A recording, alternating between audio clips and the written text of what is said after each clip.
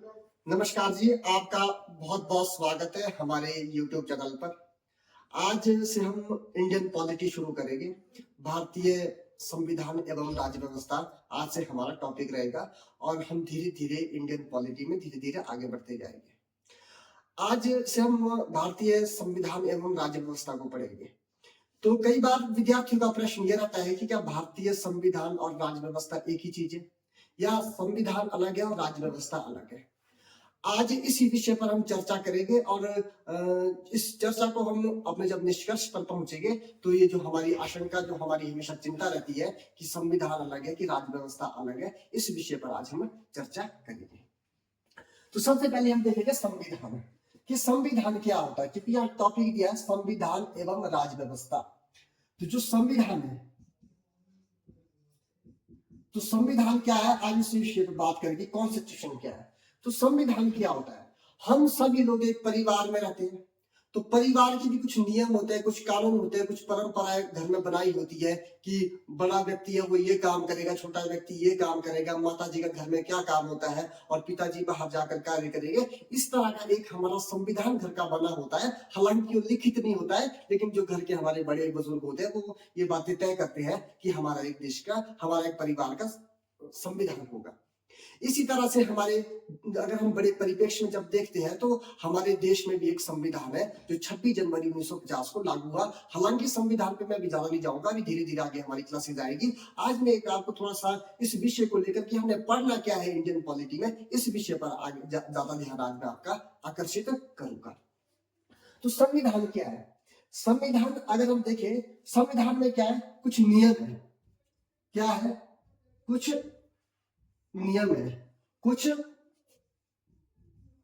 कानून है, कुछ एवं परंपराएं हैं। क्या क्या है हमारे संविधान में, कुछ नियम है, कुछ कानून है और कुछ परंपराएं हैं। यानी कि कुछ नियम दे रखे हैं, कुछ लॉ बनाए गए हैं, कुछ परंपराएं दी गई है। हालांकि आने वाली क्लासेस में मैं ये प्रूफ करूंगा कि कौन से नियम है, क्या कानून है, क्या परंपराएं हैं। आप देखेंगे हमारे देश में प्रधानमंत्री का जो चयन होता है वो भी एक परंपरा है कि किस तरह से प्रधानमंत्री को चुना जाता है। कहीं लिखा नहीं है कि प्रधानमंत्री किसे बनाएंगे या क्या है, वो सिर्फ एक परंपरा चली आ रही है, पुराने समय से ऐसी परंपरा चली आ रही है। तो वो परंपरा है, नियम है, कानून है एवं परंपराएं है, जो क्या करती है, जो किसी देश की शासन व्यवस्था के लिए आवश्यक होती है। यानी कि संविधान क्या कहता है कि इसमें कुछ नियम है, कुछ कानून है और कुछ परंपराएं हैं, जो क्या करती है, जो किसी देश की शासन व्यवस्था के लिए क्या होती है, आवश्यक होती है कि उस देश का शासन कैसे चलेगा। ये इसके लिए कुछ नियम, कुछ कानून, कुछ परंपराएं किसी पुस्तक में लिखी गई है, उसको क्या बोलते हैं, हम संविधान बोलते हैं। तो यह संविधान।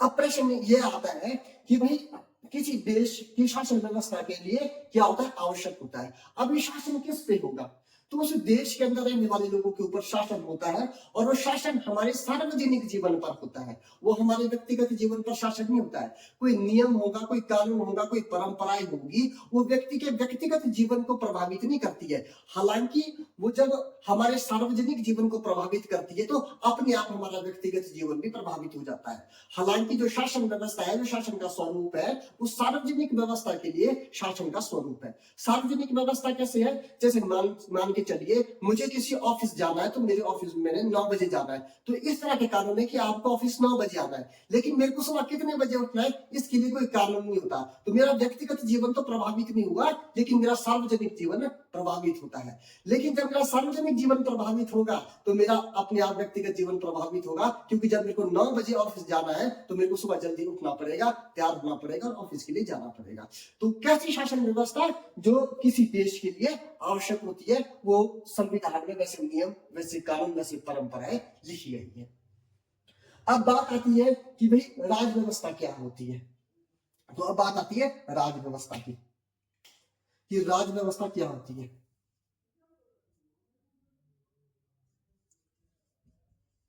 राज व्यवस्था, तो संविधान की राज व्यवस्था क्या होती है, यानी कि किसी जगह पर हमें कोई राज करना है, कोई शासन करना है, उसके लिए कोई व्यवस्था बनानी है, उसको बोलते हैं राज व्यवस्था।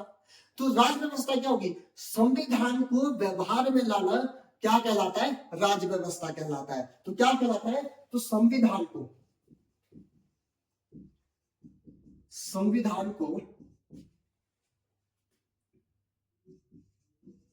व्यवहार में लाना, व्यवहार में लाना राज व्यवस्था, राज व्यवस्था कहलाता है। यानी कि जो हमारा संविधान है, संविधान में जो नियम कानून प्रक्रिया दी गई है, उसको क्या करना है, हमने व्यवहारिक रूप में लेकर आना है, तो उसको बोलते हैं हम राज व्यवस्था, जब हम उसको व्यवहार में लेकर आते हैं। अब आप एक एग्जाम्पल से समझेंगे। एग्जाम्पल कैसे, आप देखेंगे कि हमारे संविधान में एक अनुच्छेद है, हालांकि हम अनुच्छेदों पर भी आगे चर्चा करेंगे, आज सिर्फ मैं वो बता रहा हूं आपको जो धीरे धीरे मैं आगे पढ़ना है कि हमने संविधान एवं राज व्यवस्था में क्या क्या पढ़ना है, वो मैं आगे आपको बता रहा हूं। तो आप देखेंगे कि एक अनुच्छेद है हमारे संविधान में, अनुच्छेद 17, तो यह बोलता है कि अस्पृश्यता क्या होगा, कानून के आधार पर दंडनीय होगी। अगर हम किसी के साथ छुआछूत के आधार पर भेदभाव करते हैं तो वो क्या होगा, एक दंडनीय अपराध होगा। तो अनुच्छेद 17 क्या बोलता है, अस्पृश्यता कानून के आधार पर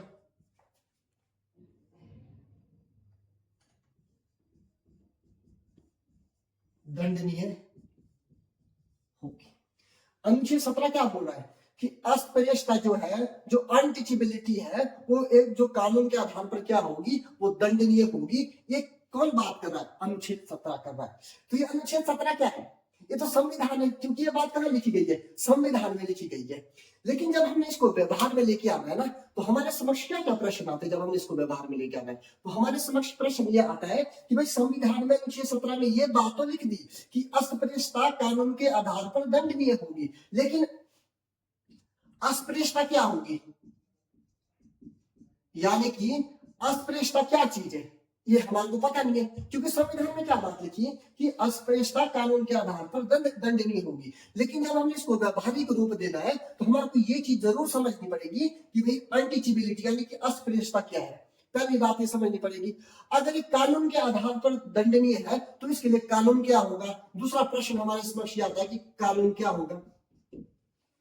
अगर कानून होगा तो उसके लिए भी जब दंड दिया जाएगा तो दंड कितने समय का होगा, किस प्रकार का दंड दिया जाएगा, तो ये दंड किस प्रकार का होगा। तो ये हमारे समक्ष ये चुनौतियां रहती है कि जब हम इसको व्यवहार में लेकर आते हैं। तो अब यहाँ काम किसका शुरू हो जाता है, तो यह काम हो जाता है संसद का। यह काम किसका शुरू हो जाता है, पार्लियामेंट का काम शुरू हो जाता है, यानी कि हमारी जो संसद है, संसद का काम शुरू हो जाता है। तो संसद का काम कैसे शुरू होता है यहाँ पर, अब आप देखो संविधान में तो लिख दी बात की अस्पृश्यता कानून के आधार पर दंडनीय होगी।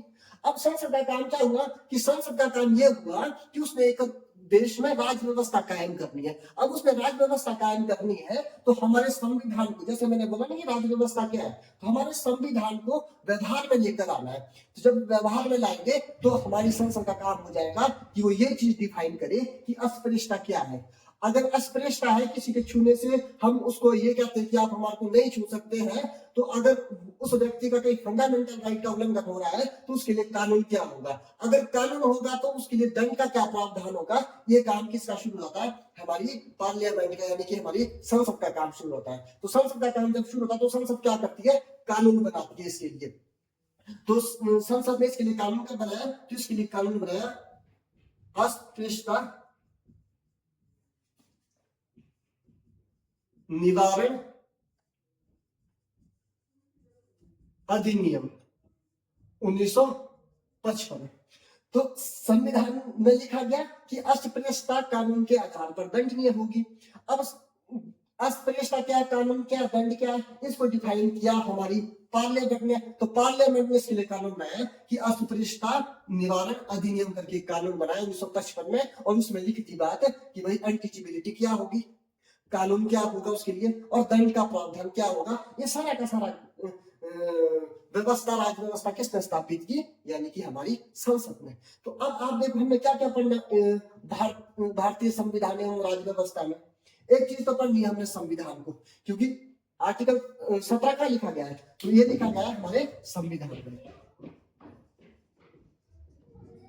ये लिखा गया है हमारे संविधान में। तो एक चीज तो हमने संविधान पढ़नी है। दूसरा हमने क्या पढ़ना है, दूसरा हमने जो हमारे भारत सरकार ने हमारी संसद में जो लॉ बनाए हैं, दूसरी चीज हमने वो पढ़नी है। दो चीजें तो हमने ये पढ़नी है। अब तीसरी क्या चीज पढ़नी है हमने, कई बार आपने देखा होगा कि हमारे जो सुप्रीम कोर्ट और हाई कोर्ट है वो कुछ डिसीजन देते हैं। जैसे उदाहरण के लिए आप ये देखो कि उदाहरण के लिए कई बार हम ये देखते हैं कि जैसे केशवानंद भारती केस है, तो वो एक निर्णय दिया था किसने, सुप्रीम कोर्ट ने, तो हमारे को उसको भी पढ़ना पड़ता है। कई बार आपने सुप्रीम कोर्ट और हाई कोर्ट कैसे करंट में डिसीजन देखे होंगे कि आपने देखा होगा कि एक हमारा सूचना का अधिकार है, करंट में हमारे कोई निर्णय है सुप्रीम कोर्ट के, या आपने देखा होगा कि प्रेस की स्वतंत्रता हमारा अधिकार है, या इंटरनेट पाना हमारा अधिकार है, कुछ इस तरह के आपने निर्णय देखे होंगे किसके, सुप्रीम कोर्ट के। तो इन निर्णय को भी हमने पढ़ना है किसमें, भारतीय संविधान एवं राज्य व्यवस्था में। तो तीसरी बात क्या पढ़नी है हमने इसमें, आप देखेंगे तो मैं सुप्रीम कोर्ट के लिए ऐसे लिख रहा हूं, सुप्रीम कोर्ट के निर्णय कैसे, जैसे मैंने आपको बताया कि जो प्रेस की स्वतंत्रता है, क्या है, जो प्रेस की स्वतंत्रता है, ठीक है, हमारे को इंटरनेट पाने की स्वतंत्र का अधिकार है, क्या हमें इंटरनेट पाने का अधिकार है, इंटरनेट पाने का अधिकार। तो अब तीन चीजें निकल के आई भारतीय संविधान एवं राज्य व्यवस्था में। पहली बात तो हमें संविधान पढ़ना है। दूसरी बात हमने कि राज्य व्यवस्था को स्थापित करने के लिए कौन कौन से कानून सरकार ने बनाए हैं, वो कानून पढ़ने हैं। तीसरी बात क्या पढ़नी है हमने कि भाई सुप्रीम कोर्ट के कुछ ऐसे निर्णय है जिसके आधार पर वो कहीं ना कहीं आगे जाकर कानून, हमारी सरकार ने उसको लेकर कानून बनाए हैं, तो वो सुप्रीम कोर्ट के ऐसे कुछ निर्णय है जिसको हमने पढ़ना है। और चौथी बात कौन सी पढ़नी है, चौथी बात कुछ ऐसा है कि इसको सरकार से हटकर कुछ ऐसी हमारे देश में संस्थाएं हैं, कुछ इंस्टीट्यूशन है जो क्या करती है, जो कोई ना कोई कानून बनाने का काम करती है, या हमारे देश के अंदर संविधान को स्थापित करने का काम करती है। कुछ ऐसी इंस्टीट्यूशन, कुछ ऐसी संस्थाएं है, तो हमारे को भारतीय संविधान एवं राज्य व्यवस्था के अंतर्गत उसको भी पढ़ना है, वो कुछ संस्थाएं है। तो चौथी बात कौन सी निकल गई इसमें कि जो कुछ संस्थाएं हैं जो संविधान को स्थापित करती है। कुछ ऐसी हमने संस्थाओं के बारे में पढ़ना है जो हमारा क्या नाम है अपना, जो संविधान को स्थापित करने का काम करती है। अब देखो इसमें क्या क्या चीजें निकल के, एक तो हम संविधान पढ़ेंगे, इतनी बात क्लियर। दूसरी बात हम राज्य व्यवस्था को स्थापित करने के लिए जो कानून है वो पढ़ेंगे। तीसरी बात हम जो सुप्रीम कोर्ट के निर्णय उसको पढ़ेंगे। चौथा जो संस्थाएं हैं वो हम कुछ इसमें जो संस्थाएं संविधान के संगत चलती है, कुछ संविधान द्वारा वर्णित है, या संविधान में उसका कहीं ना कहीं उसका हमारे को वर्णन मिलता है, ऐसी कुछ संस्थाएं हैं जो लोकतंत्र को और संविधान को स्थापित करती है। तो आज ये चीजें तो हम आगे पढ़ेंगे कि संविधान भी पढ़ेंगे हम, कानून जो उसके साथ साथ हम अनुच्छेद भी पढ़ेंगे, अनुच्छेद में कुछ सुप्रीम कोर्ट की डिसीजन है उसको भी पढ़ेंगे, और अपने जो संस्थाएं हैं उसके बारे में आज मैं आपको बताऊंगा कि हमारे देश में कितने प्रकार की संस्थाएं पाई जाती है। ठीक है, इसको मैं मिटा देता हूं, आप लोग स्क्रीनशॉट ले सकते हैं।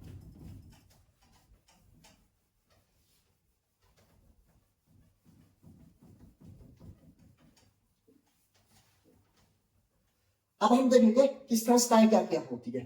अब भारत में कितने प्रकार की संस्थाएं पाई जाती है।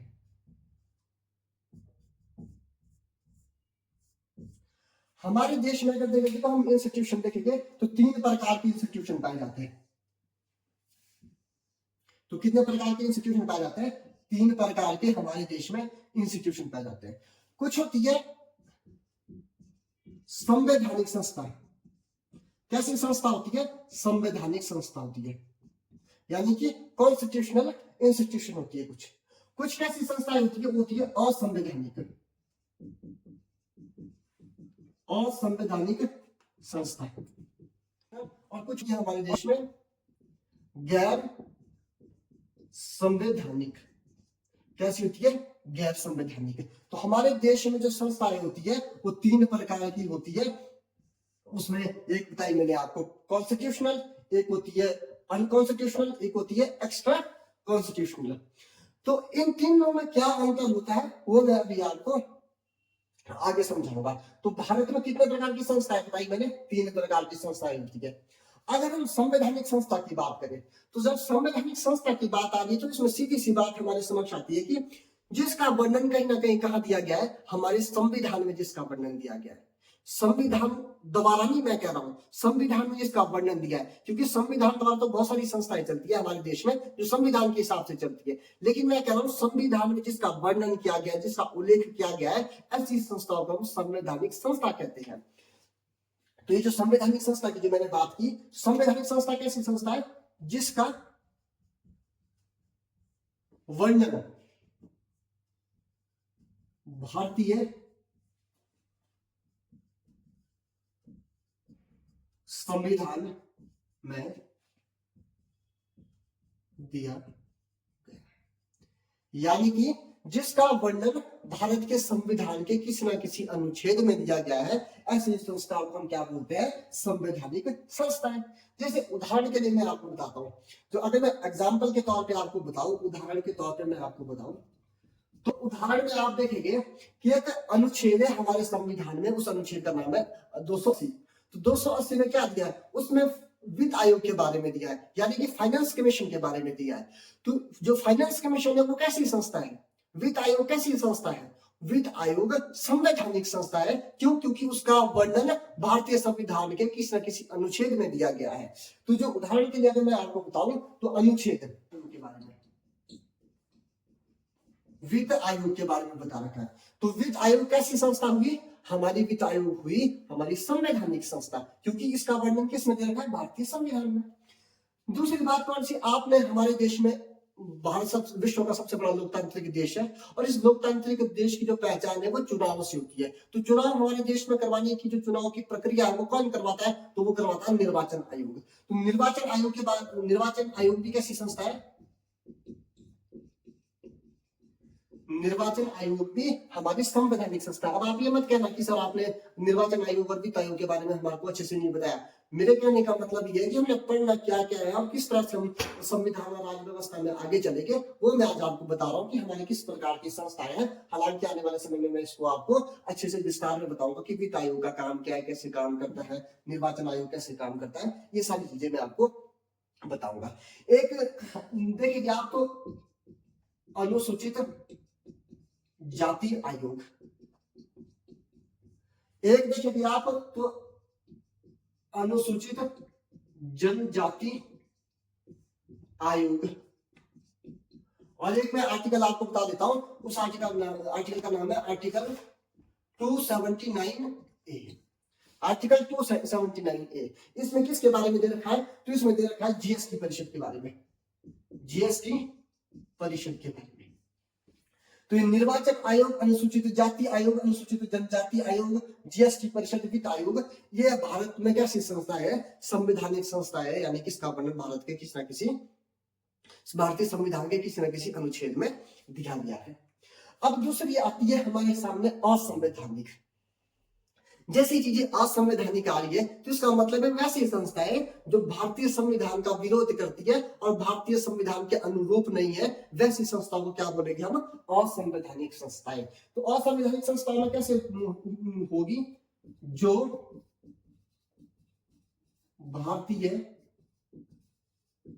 संविधान के विरोध में कार्य करती है, विरोध में कार्य करती है।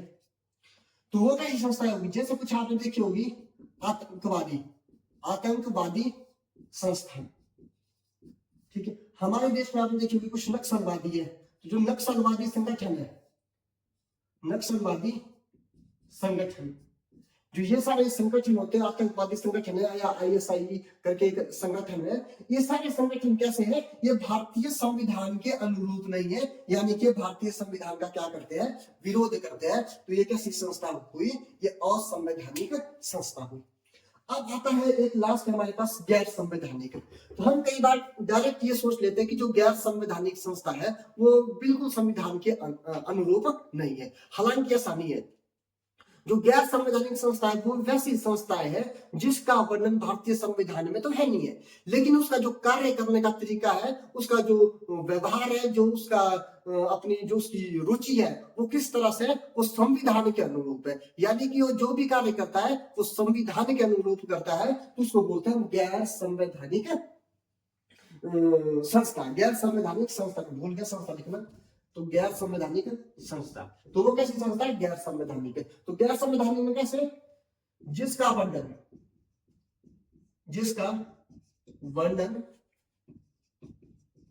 भारतीय संविधान में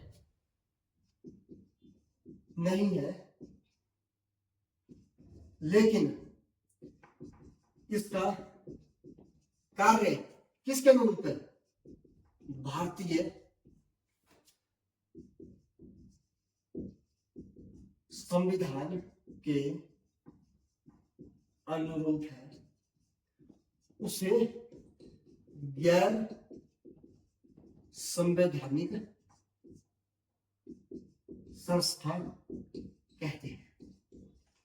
यानी कि जिसका वर्णन भारतीय संविधान में है नहीं, लेकिन उसका जो कार्य करने का तरीका है वो बिल्कुल भारतीय संविधान के तरीके से है, भारतीय संविधान के अनुरूप है, तो उसको बोलते हैं गैर संवैधानिक संस्था, उसको कहते हैं। अब इसका गठन भी दो तरह से होता है। याद रखना, गैर संवैधानिक संस्था का गठन कितने प्रकार से होता है? दो प्रकार से होता है। तो इसका गठन कैसे होता है? तो इसका गठन दो प्रकार से होता है। इसका गठन दो प्रकार से इसका गठन कैसे होता है कि एक तो करती है राष्ट्रपति, एक राष्ट्रपति करती है इसका गठन। तो जो राष्ट्रपति करती है, राष्ट्रपति मंत्रिमंडल की सलाह पर करती है। राष्ट्रपति किसकी सलाह पर करती है? मंत्रिमंडल की सलाह पर। जिस संस्था का जो स्थापित करती है या जिस संस्था का गठन करती है, जो राष्ट्रपति करती है, वो किसकी सलाह पे करेगी? मंत्रिमंडल की सलाह पर। तो राष्ट्रपति मंत्रिमंडल की सलाह पर संस्था का गठन। यानी कि मंत्रिमंडल को लगा कि हमारे सहयोग के लिए एक संस्था की आवश्यकता है, लेकिन उसका वर्णन तो भारतीय संविधान में ऐसा कोई दिया नहीं हुआ कि वो संस्था काम करेगी मंत्रिमंडल के लिए या सरकार के लिए या राष्ट्रपति के लिए।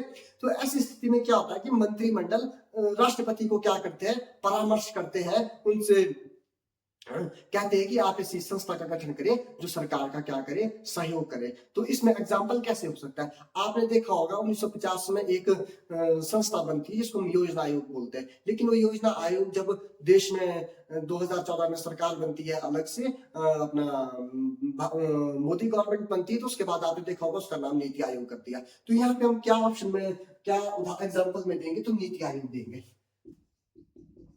नीति आयोग। तो जो उदाहरण है, उदाहरण क्या है? नीति आयोग है। तो नीति आयोग कैसी संस्था है? तो ये कार्यकारी संस्था है नीति आयोग, क्योंकि ये काम करने के लिए सिर्फ बनाई गई है और सरकार ने अपने काम को हल्का करने के लिए एक संस्था का गठन किया और राष्ट्रपति को सिफारिश की कि आप उसका गठन कर दीजिए, और राष्ट्रपति ने एक कार्यकारी संस्था का गठन किया। तो वो कौन सी बनी? नीति आयोग बनी, जिसका पूरा नाम क्या था? योजना आयोग। इतनी बात समझ आ गई आपको? अब दूसरी कैसी संस्था होती है? दूसरी ऐसी संस्था होती है कि कई बार सरकार को लगता है कि ये मुद्दा बड़ा हमारे देश में बहुत उछाल खा रहा है और ये मुद्दा ऐसा है जो बहुत सारे लोगों को क्या करता है? प्रभावित करता है हमारे देश की। तो उसके लिए सरकार क्या करती है? कानून बनाती है। लेकिन फिर सरकार को लगता है कि भाई हमने कानून तो बना दिया इस विषय के ऊपर, लेकिन इस विषय को देखने के लिए एक हमारे को सेंट्रल लेवल पर एक बॉडी चाहिए, एक संस्था चाहिए। तो वैसे हम उसको उस बॉडी का हमारे को, संस्था का हमारे को गठन करना चाहिए उस काम को हल्का करने के लिए, जो जिसके लिए हमने कानून बनाया है। अब आप जैसे एग्जाम्पल के तौर पर आप ऐसे समझ सकते हैं कि हमारे देश में राष्ट्रीय मानव अधिकार संरक्षण एक अधिनियम लाया 1992 में, लेकिन उसको उसका काम देखने के लिए क्योंकि वो किसी भी मानव के साथ उसके ह्यूमन राइट का वायलेशन नहीं होना चाहिए, तो उसके लिए कानून तो बन गया, लेकिन उसका पालन हो रहा है कि नहीं हो रहा है इसको देखने के लिए कोई ना कोई संस्था की आवश्यकता थी। तो 1993 में एक राष्ट्रीय मानव अधिकार आयोग का गठन होता है। तो ऐसी संस्था को क्या बोलते हैं? सांविधिक संस्था। यानी कि हमने संसद से पास करा के किसी संस्था का गठन किया गया है, तो उसको क्या बोलते हैं? सांविधिक संस्था। तो इसमें आप लिखेंगे ऐसी संस्था जिसका गठन संसद द्वारा पास किए कानून से किया गया हो। यानी कि इसको क्या बोलेंगे हम? इसको बोलेंगे हम सांविधिक संस्था। तो ये कैसी संस्था होगी? सांविधिक संस्था। यानी कि एक बताई मैंने ऐसे आपको, गैर संवैधानिक संस्था में मैंने बताया एक बनी कार्यकारी, जैसे नीति आयोग है, ये बनता है मंत्रिमंडल की सिफारिश पर राष्ट्रपति बनाता है, और एक संस्था होती है ऐसे जिसको संसद में कानून बनाकर पास किया जाता है, और उसको बोलते हैं सांविधिक संस्था या स्टैट्यूटरी बॉडी उसको बोला जाता है। तो उसको या तो सांविधिक संस्था बोलते हैं या स्टैट्यूटरी बॉडी बोलते हैं। ये क्या होगी? संवैधानिक, ये होगी असंवैधानिक, ये होगी गैर संवैधानिक। लेकिन गैर संवैधानिक का गठन दो तरह से होता है। एक होता है मंत्रिमंडल की सिफारिश पर राष्ट्रपति द्वारा, जैसे एग्जाम्पल के तौर पर नीति आयोग, और एक का गठन होता है ऐसे कि संसद द्वारा किसी कानून को पास किया जाता है और उसके बाद कोई उसके लिए एक संस्था बनाई जाती है। जैसे उदाहरण के लिए आप इसमें लिख सकते हैं, उदाहरण अगर मैं यहाँ ऊपर लिख लूं इसका उदाहरण, तो उदाहरण के लिए आप समझेंगे जैसे राष्ट्रीय मानव अधिकार आयोग। राष्ट्रीय मानव अधिकार आयोग।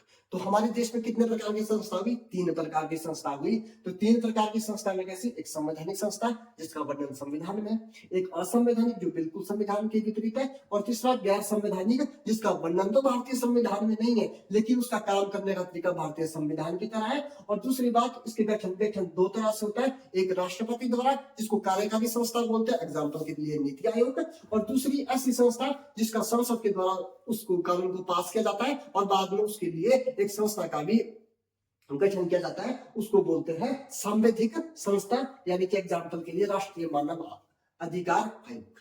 तो आज के लिए इतना ही। आज हमने देखा कि भारतीय संविधान एवं राज्य व्यवस्था में क्या पढ़ना है। अब धीरे धीरे हम आगे इसमें चलेंगे और हम अपने जो हमारा पूरा इंडियन पॉलिटी रहेगा वो कंप्लीट आपको इस यूट्यूब चैनल पे मिलेगा। आज के लिए धन्यवाद, थैंक यू।